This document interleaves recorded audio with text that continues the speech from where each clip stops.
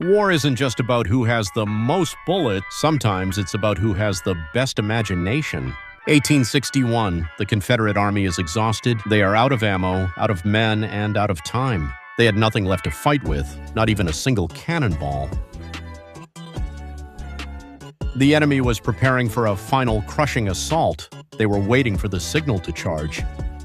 But the general remembered a trick that cost almost nothing. They didn't go to the foundry for more iron, they went to the forest for pine logs. Step 1, take a log. Step 2, paint it black.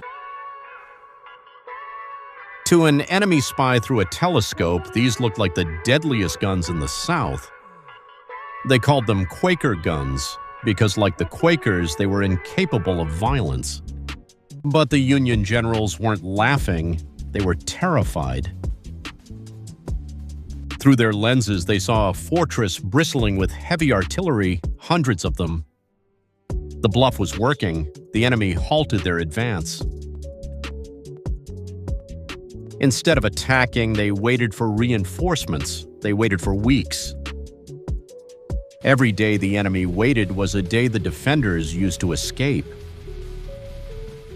Under the cover of night, the real army began to slip away, quietly, stealthily. The guns stayed behind, guarding an empty house. When the Union finally gathered the courage to charge, they prepared for a bloodbath.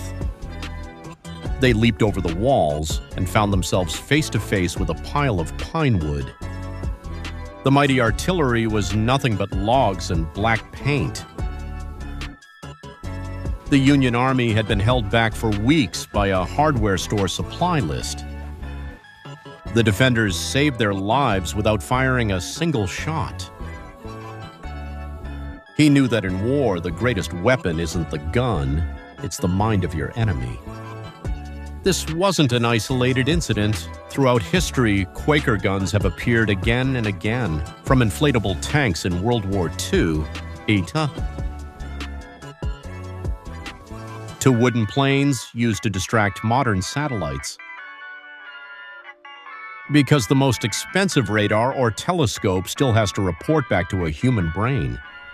And the human brain sees what it expects to see, not always what is actually there. A simple piece of pine changed the course of a campaign. Next time you feel outgunned, remember the Quaker guns. Maybe you just need a little paint. Innovation is the ultimate weapon. See you next time.